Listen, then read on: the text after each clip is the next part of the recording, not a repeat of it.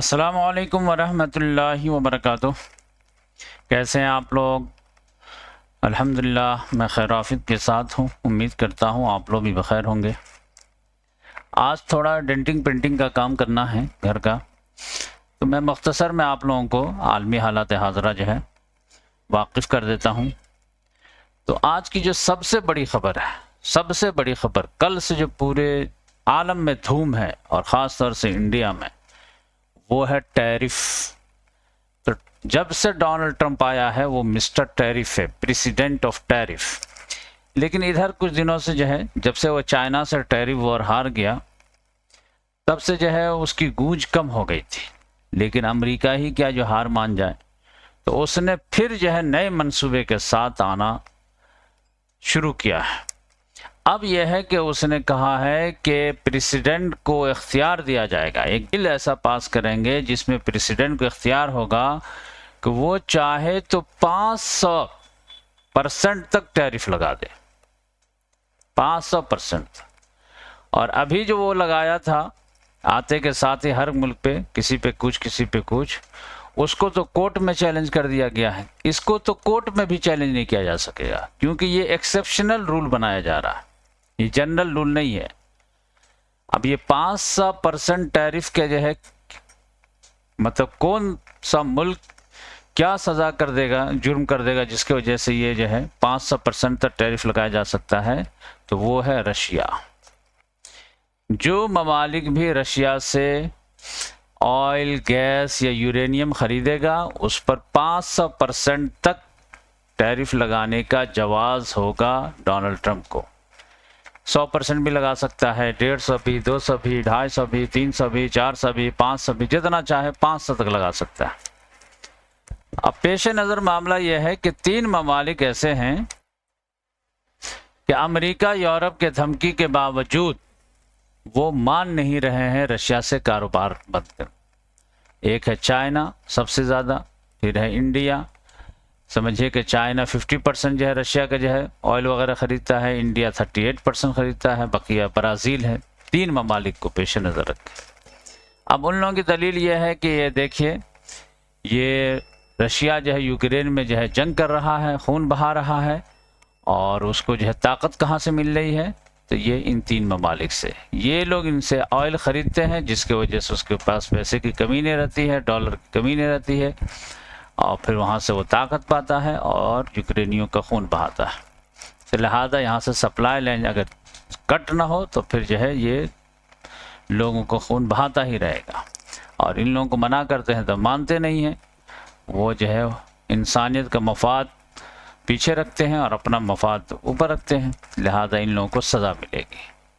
तो 250%, 300%, 400%, 500% तक जो है टैरिफ लग सकता है। तो अब यह है कि चाइना का पे तो जानते हैं कि ज़्यादा फ़र्क नहीं पड़ेगा, लेकिन इंडिया पे बहुत ज़्यादा फ़र्क पड़ जाएगा। ब्राज़ील तो ऐसे ही बहुत कम कर दिया है। अब इंडिया जो है वो समझिए कि डर करके अगर रशिया से बंद कर दे तो रशिया से ताल्लुकात ख़राब हो जाएंगे कि भाई आप पे तो विश्वास ही नहीं किया जा सकता है। और अगर जो है नहीं करे तो फिर अमेरिका से जो है ताल्लुकात ख़राब हो जाएंगे। अभी तो 50% है तो किसी तरह झेल ले रहे हैं, लेकिन अगर जो है 200%, 250% हो गए तो इसका मतलब कारोबार ही बंद हो जाएगा, इंपोर्ट एक्सपोर्ट ही बंद हो जाएगा। अब ये है कि रशिया को छोड़ करके यूएस की तरफ जाया जा सकता है, लेकिन मेन मसला यह है कि यूएस रिलायबल पार्टनर नहीं है, ये बराबरी का जो है इज्जत नहीं दे रहा। डोनाल्ड ट्रंप तो बिल्कुल ही देने की मूड में नहीं है। तो इस लिहाज से रशिया ही ठीक रहता है। रशिया के साथ रहते हैं तो चाइना को भी वो कंट्रोल में रख सकता है, और अगर आप इधर चले जाते हैं तो चाइना रशिया एक हो जाएगा। फिर चाइना अगर एग्रेशन दिखाएगा तो रशिया तो बीच में इंटरफेयर भी नहीं करेगा, बल्कि ताउन ही करेगा कि जाओ फिर जो है अमेरिका के पास। और इधर जो है इंडिया के 2 दुश्मन है, एक पाकिस्तान है, एक चाइना है। तो वो जो है पाकिस्तान से अगर लड़ाई होती है तो फिर यकीनी बात है कि जो है ये यूएसए जो है पाकिस्तान का साइड ले लेता है। और चाइना के से लड़ाई होगी तो फिर जो है रशिया जो है बीच बचाव करता है, लेकिन अगर फुल्ली लिहाज से इंडिया चला गया उधर तो फिर रशिया के साथ ले लेंगे, रशिया जो है चाइना के साथ हो जाएगा। तो ये बहुत बड़ी मुसीबत आ गई है, देखिए क्या होता है। तो इंडिया ने तो कम खरीदना कम कर दिया है, रिलायंस वगैरह ने तो बिल्कुल ही मना कर दिया है कि अब हम नहीं खरीदेंगे रशिया से, लेकिन सरकारी जो है कंपनियां हैं वो खरीद रही, क्योंकि जो मायदा हो जाते हैं वो कई सालों के लिए हो जाते हैं। तो ये ऐसा लग रहा है कि डोनाल्ड ट्रंप जो है बिल्कुल ताकत के जो है नशे में चूर हो गया है और ताकत का वो जो है इस्तेमाल पे आ गया है। और समझिए पेट्रो डॉलर जो 1974 वगैरह में मामला हुआ था शाह फैसल के टाइम में कि पूरा अमेरिका और वेस्ट हिल गया था, तो उसको वही डर लग रहा कि कहीं इसके वजह से हमारा डॉलर न हिल जाए। तो वो जो है ऑयल की जो है जितनी भी जो है खरीदो फरोख्त है उसको अपने हैंड में रखना चाहता है, इसीलिए वेनेजुएला को अपने कब्जे में ले लिया। कह दिया कि 30 से लेकर के 50 मिलियन बैरल तक तो हमको आपको बेचना ही है बेहतरीन वाला। उसके बाद भी जो है आपके पास जो है वो बेचेंगे तो रशिया को नहीं बेचेंगे, चाइना को नहीं बेचेंगे, क्यूबा को नहीं बेचेंगे, ईरान को नहीं बेचेंगे। तब ये देख, अब ये सब ममालिक क्या हैं जो डॉलर को बाईपास कर रहे हैं, डॉलर को बाईपास कर रहे हैं, डॉलर को बाईपास कर रहे हैं। तो उसको डर लग रहा है कि डॉलर की अगर हुक्मरानी ख़त्म हो गई तो फिर तो हमारे जो है चौधराहट ख़त्म हो जाएगी। तो इस लिहाज से देखिए ये बिल पास होने वाला है। अब ये है कि बिल पास अगर हो जाता है तो फिर मसला है। अब डोनाल्ड ट्रंप के भी जो है मुसीबतें हैं। अभी समझिए कि बाहर के लोगों को पकड़ पकड़ के जो बाहर फेंक रहा है, तो उसमें जो है एक औरत को जो है 37 साल की थी, उसको गोली मार दिया बहुत ही नज़दीकी से, और कह रहा टेररिस्ट है, सब करा रहे हो। वो तो माँ है 2-3 बच्चे की। तो उसका बहुत ज़्यादा हंगामा हो रहा है, आइस के ज़रिए से मार दिया गया। अब डोनाल्ड ट्रंप तो ताकत के नशे में, तो क्लियर कट कह रहा है कि मैं इंटरनेशनल कायदा कानून कुछ नहीं जानता हूँ, हमारा इंटरेस्ट पहले है। और ग्रीनलैंड के ताल्लुक से देखिए बड़ा फैसला होने वाला है। मार्को रूबियो जो है नेक्स्ट हफ्ते में मिलने वाला है, डेनमार्क के भी जो है इससे और ग्रीनलैंड के इससे। अब उसको पहले तो बहलाएगा फुसलाएगा, ये सारी चीज़ करेगा, और नहीं तो फिर जो है धमकी पे आ जाएगा। लेकिन डेनमार्क वाले भी जो है लड़ने के लिए तैयार हैं। उसको बैकिंग हो सकती है फ्रांस वगैरह से हो, लेकिन ये है कि अमेरिका के सामने टिकना थोड़ा मुश्किल है। तो ये देखिए, तो ये पूरा आर्कटिक रीजन को लेकर के असल में लड़ाई है, क्योंकि ये दो रास्ते जो है यहाँ पर बर्फ़ पिघलना शुरू हो गया है, और ये लोग जो है बर्फ़ को काटने वाले शिप जो है धाएँ तैयार कर रहे हैं। तो एक तो ये समझ जाइए कि यहाँ से ये रास्ता जो है निकलने वाला है। यानी असल क्या है दुनिया में, यानी शुरू से अगर आप देखेंगे, यानी नॉन हिस्ट्री जब से है तब से देखें, कुरान में भी आया है कि ये जो जज़ीरतुल अरब की अहमियत थी मक्का की, वो किस वजह से थी कि यहाँ से तजारती काफिले जो जाते थे। लीलाफ़ कुरैश नीलाफ़ मरहलत शिता वस्सैफ। तो ये समझ जाइए कि इसको असल में यूरोप से जोड़ने वाली बात है। ये ऐसे एशिया और यूरोप, ये तजारत इंसानी आबादी यहीं पे ज़्यादा है। तो अब यह है कि यहाँ पर जो है तजारती ताल्लुकात होने चाहिए, तो रास्ते वगैरह जो है वो होने चाहिए। तो समुद्री रास्ता तो समझिए कि ये जो है यहाँ पर आके ब्लॉक हो जाता था। ये स्विस कैनाल तो समझिए कि जो है 1869 में बना है, इससे पहले तो यहाँ तो नहीं था। तो यहाँ पर समुद्र आगे रुक जाता था फिर यहाँ। तो फिर ये लोग क्या करते थे, ये ऐसे तजारत होता था, यहाँ से आए और ऐसे आ करके फिर यहाँ पे यमन पे आते थे, अब फिर यहाँ से ज़मीनी रास्ता तय करके फिर मेडिटेरियन होकर के फिर ऐसे जाते थे। ये तो फिर यह डायरेक्ट ऐसा हो गया वो जब सुइस कैनाल बना है तब। तो यहाँ पर जो है ये तजारती काफिले को मक्का की वजह से जो है वो कोई छेड़छाड़ नहीं करता था, जिसकी वजह से इन लोगों की फारिगुल बाली थी। तो अभी भी वही मामला है, मतलब एशिया यूरोप, एशिया यूरोप, इसकी तो बहुत बाद में खोज हुई है ना। ये तो समझिए कि 1492 में जो है यानी लोगों को मालूम हुआ है कि यहाँ पे भी लोग रहते हैं, वरना तो ये ही असल आबादी थी। तो एक ज़माना था जो सिल्क रोड वाला मामला था, तो इधर से जो है ऐसे करके जो है लोग जाते थे। तो जैसे भी जाना है, लेकिन ईस्ट वेस्ट तजारत होनी चाहिए, ईस्ट वेस्ट तजारत होनी चाहिए, ईस्ट वेस्ट तजारत होनी चाहिए। तो अब वो कैसे हो, तो उसके लिए जो है पूरा मामला है। तो अब यह है, मैं आपको कहाँ से कहाँ निकल गया, बात इल्म देते देते जो है ना आदमी कहाँ से कहाँ निकल जाता है। तो अब ये देखिए कि ये जो है लोगों को लग रहा है कि देखिए अब सामान वगैरह जो है लोगों की ख्वाहिशात बढ़ रही हैं, ज़रूरतें बढ़ रही है। पहले एक चप्पल हो गया काफ़ी है, अब तो जो है सर्दी का अलग चप्पल है, तो गर्मी का अलग चप्पल है, तो घूमने का अलग चप्पल है, तो मेहमानी का अलग चप्पल है, तो शूज़ है, तो ये है। एक एक आदमी के पास जो 10-10 जोड़े जो है सिर्फ पाँव में पहनने के लिए, कपड़ा ये वो फलां ढेका, मोबाइल चार्जर, ये सामान की इंतहा, खरीदते जाओ सामान खरीद। तो अब उसमें पूरे में तजारत होती है, बस सामान जितने रहेंगे। तो अब ये सब जो है ना बहुत बिजी वाला मामला हो गया, बिजी ये सब जो है। और फिर लड़ाई दंगा ये सब जो है, तो alternate short route, safe route, ये सब के जो है चक्कर बहुत हो गया है।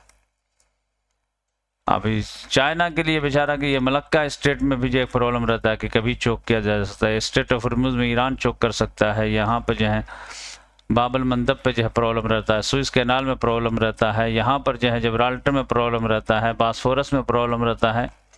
तो ये सारी प्रॉब्लम, तो अब इसके लिए शॉर्टेस्ट रूट क्या हो सकता है एशिया से यूरोप जाने के लिए? तो देखिए एक रूट ये नज़र आ रहा लोग, ये देखिए ऐसे, तो ये रूट जो है तलाशा जा रहा है। जैसे चाइना है, जापान है, साउथ कोरिया है, इसी सब में तो ज़्यादा है, इंडिया है। तो अब ये जो है यहाँ से समझिए कि निकले, और ये समझिए कि बेरिंग स्ट्रेट से होते हुए ऐसे करके, और ये देखिए ऐसे करके, ऐसे और ऐसे करके, ऐसे करके बफिंग स्ट्रेट होते हुए यहाँ फ्रांस आ गया। तो ये बहुत ज़्यादा जो है शॉर्ट हो जा रहा है। अब ये किसके मुकाबले में शॉर्ट हो रहा है? अब यही देखिए यहाँ पर जो है फ्रांस में अगर पहुँचाना है चाइना को ये सामान, चाइना वाले अगर यहाँ सामान पहुँचाएंगे तो ये बहुत शॉर्ट रूट हो जाएगा। अब ये दूसरा रूट अगर लेते हैं तो ये देखिए कि कितना बड़ा हो जाता है। ये यहाँ से चाइना से यहाँ से निकला, साउथ चाइना सी होते हुए, मलक्का स्ट्रेट होते हुए, फिर यहाँ से आते हुए, फिर ऐसे जाते हुए, फिर यह बाबल मंदब होते हुए सुइस कैनाल जाते हुए, फिर ये ऐसे फ्रांस। तो ये काफ़ी लंबा हो जा रहा है, और ये इसमें जो है चोक पॉइंट बहुत ज़्यादा है, कभी भी ये बंद हो सकता है। और ये समंदर ही समंदर है, बहुत कम ये है, तो इस लिहाज से ये ईजी है। आपको इसमें लग रहा होगा कि ये बड़ा है, लेकिन बड़ा नहीं है, ये असल में बड़ा है, ये छोटा है। तो एक तो ये रूट है, इसके लिए जो है सब लोग पहले फ्यूचर प्लानिंग कर रहे हैं।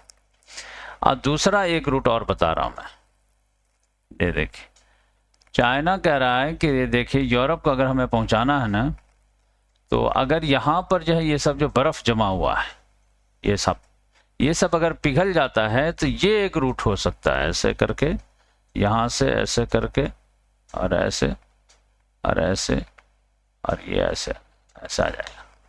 तो इस समय कोई डिस्टर्ब वाला मामला नहीं है, आराम से जो है जाना आना होता रहेगा। तो ये जो है दो जो है, तो इधर से इधर सामान आना है, इधर से इधर जाना। एशिया और यूरोप यही दोनों का असल है तो कारोबार, और अब अमेरिका का भी हो गया है। तो अब तो ये समझिए कि बीच वाला मामला हो गया, अब अमेरिका भी एक पार्टनर हो गया है। तो आप देख लीजिए इसकी तो अहमियत और बढ़ जा रही है कि नहीं बढ़ जा रही है, आप ही बताइए। अब यहाँ से अमेरिका से निकला, यहाँ से तो यहाँ से अमेरिका कनाडा में डालना तो यहाँ डाल दिए, डायरेक्ट अमेरिका में डालना तो इधर डाल दिए, और इधर लैटिन अमेरिका में डालना तो इधर डाल दिए, तो इधर डाल। तो अब यह है कि इधर जो है ज़्यादा ये रास्ता जो है ज़्यादा फ़ायदेमंद हो गया। यूरोप भी जाना तो ऐसे आराम से चलेगा, तो समंदर में जाने में ज़्यादा प्रॉब्लम नहीं आता है। ये चौक पॉइंट वगैरह पे जो है चेक इन है, रुकना है, उकना है, क्रॉसिंग है, ट्रैफिक जाम बहुत रहता है। यहाँ सब पे ट्रैफिक नहीं रहेगा, तो बहुत तेज़ी से आराम से खरामा जाते रहें। तो इसके लिए आर्टिक के लिए वो पागल बना हुआ है डोनाल्ड ट्रंप कि हमको ये चाहिए ही तो चाहिए, ये ही रास्ता अब बिजी होने वाला है, अब यहाँ पर हमको चाहिए। और इसके लिए भी लड़ाई हो रही है, रास्ते के लिए भी। कनाडा कहता कि मेरे अंडर में रहेगा, अमेरिका कहता नहीं हमारे अंडर में। अब ये आर्टिक पूरा रीजन जो है इसमें अमेरिका का कोई दखल ही नहीं था। ये तो समझिए कि 1867 वगैरह में जो अलास्का खरीद लिया तो ये आर्टिक रीजन में आ गया, समझिए क्लास। अब यहाँ पे बर्फ़ पिघलना शुरू हो गया है।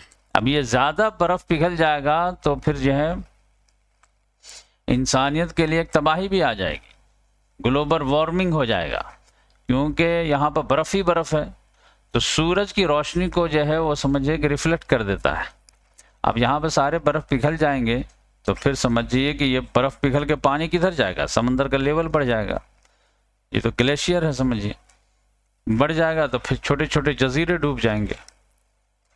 तो वो तो अलग बात है ज्योग्राफी का। ये अब मैं जब बता रहा हूँ कि ग्रीनलैंड क्यों चाह रहा है डोनाल्ड ट्रंप इसके लिए। अब इसके लिए ये चाहेंगे तो फिर जो है यूरोप से लड़ना पड़ेगा, डेनमार्क से। डेनमार्क ने पहले ऐलान कर दिया कि कोई भी अगर फौजी आए पहले शूट करो, उसके बाद पूछो। इस तरह का मामला है। तो इस तरह से डोनाल्ड ट्रंप मनमानी पे आ गया है कि आपको याद आ जाएगा second world war. Second world war में इसी तरह का एक ताकतवर बंदा जो है वो पगला गया था। उसका नाम था एडोल्फ हिटलर। ताकत के नशे में चूर हो गया था और उसको पता नहीं क्या सूझा, उसने जो है हमला पे हमला शुरू कर दिया जर्मनी का। तो वो यूके पे हमला कर दिया, तो जो फ्रांस पे हमला कर दिया, तो यूएसएसआर पे हमला कर दिया, तो किस पे हमला शुरू हो गया, बस ज्यूज पे हमला कर दिया। और यही जो है ताकत का नशा जो सेम आ गया है डोनाल्ड ट्रंप के पास। तो अब जब इस तरह का जो है ताकत का नशा किसी को सवार हो जाता है तो फिर लोग क्या करते हैं, फिर लोग आपसी दुश्मनी भुला करके पहले इसको लगाम देने की कोशिश करते हैं।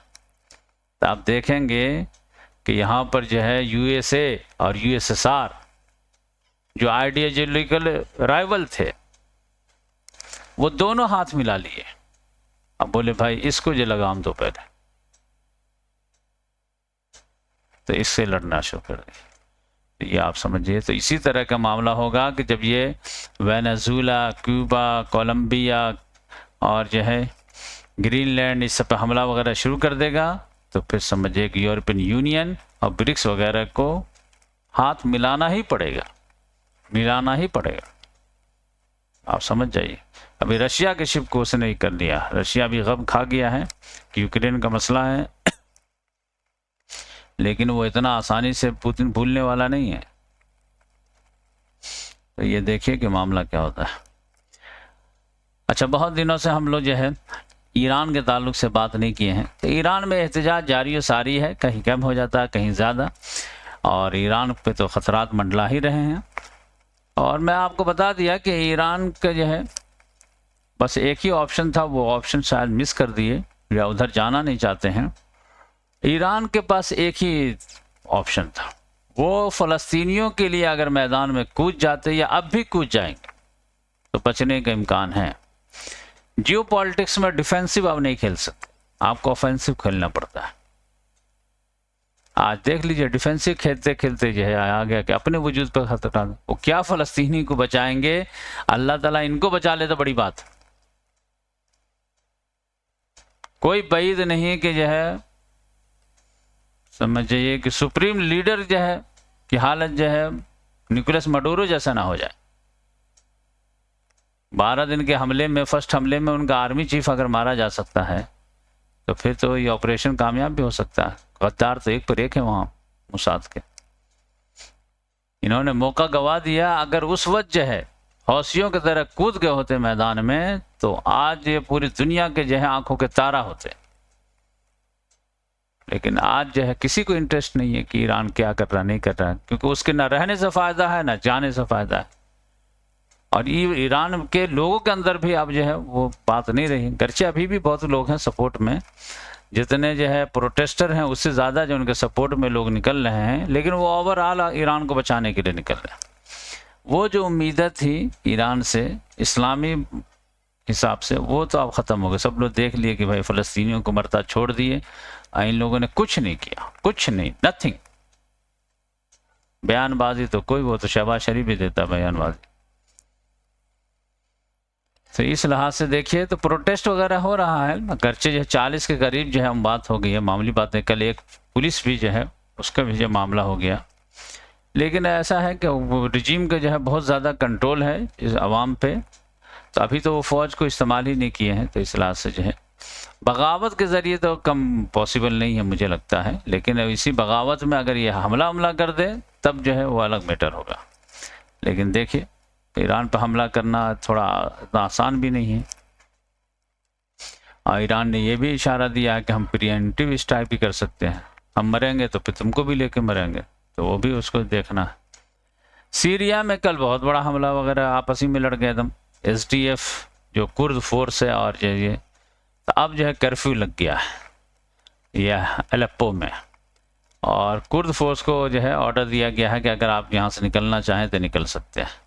तो ये देखिए कि लोग चाहते हैं कि सीरिया जो है वो हमेशा जो है अमन की तरह ना रहे, ताकि तामीर तरक्की ना हो जाए, तो थोड़ा सा डिस्टर्बेंस जारी सारी रहे तो फिर जो है वो अच्छा रहता है उनके लिहाज से।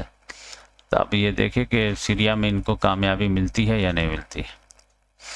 और इधर जो है चाइना को कामयाबी मिली है कि साउथ कोरिया का सदर जो है चाइना विजिट करने आया।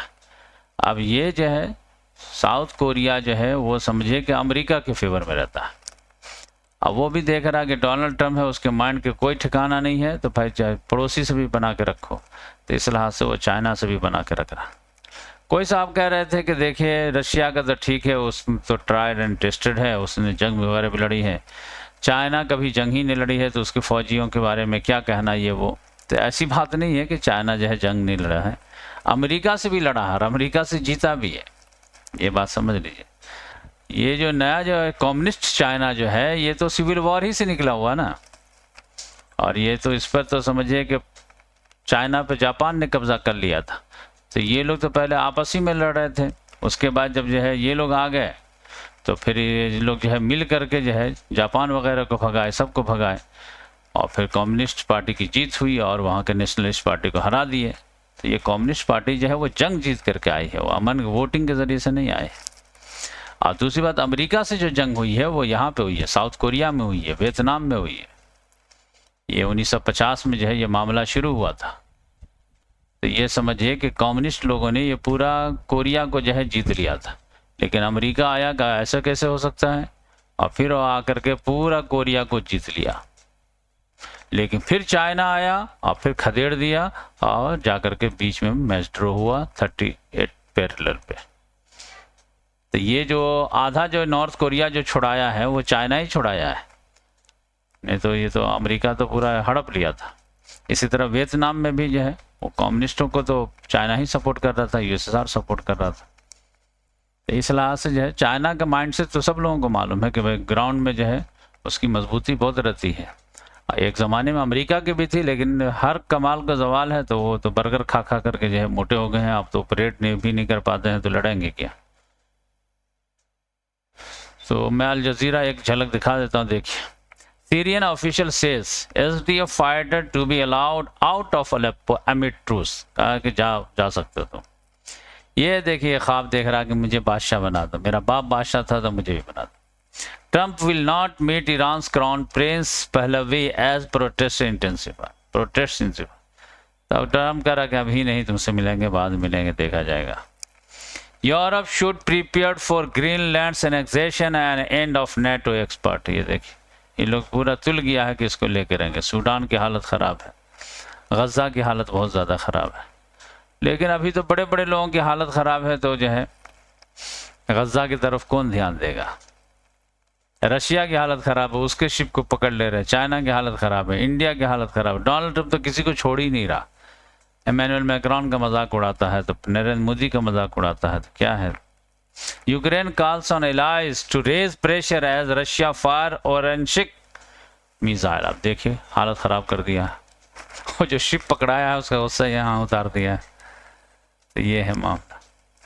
तो ये चंद खबरें थी जो मैं सोचा आप लोगों से शेयर कर दूं, फिर मिलेंगे इंशाल्लाह नेक्स्ट वीडियो में।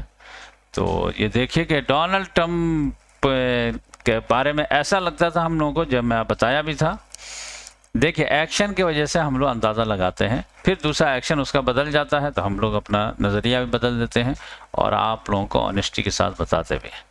तो पहले ऐसा लगता था कि जो दोस्ती हो रही थी, अलास्का में पुतिन से मुलाकात हो रही थी, शी जिनपिंग से साउथ कोरिया में मुलाकात हो रही थी, तो ऐसा लग रहा था कि जो है ये तीनों बांट लिया है। ये अमेरिका ले लिया है, पुतिन को यूरोप दे दिया है, और चाइना को अमेरिका, एशिया और अफ्रीका दे दिया है कि ले लो तुम लोग, जाओ बांट लेते हैं। लेकिन अभी जो है थोड़ा सा एरोगेंस देख करके डोनाल्ड ट्रंप का, और रशिया के भी शिप पे हमला देख करके, और उसने इशारा दिया है डोनाल्ड ट्रंप ने कि हम अपना मिलिट्री बजट और बढ़ाने जा रहे हैं, 1.5 ट्रिलियन करने जा रहे हैं।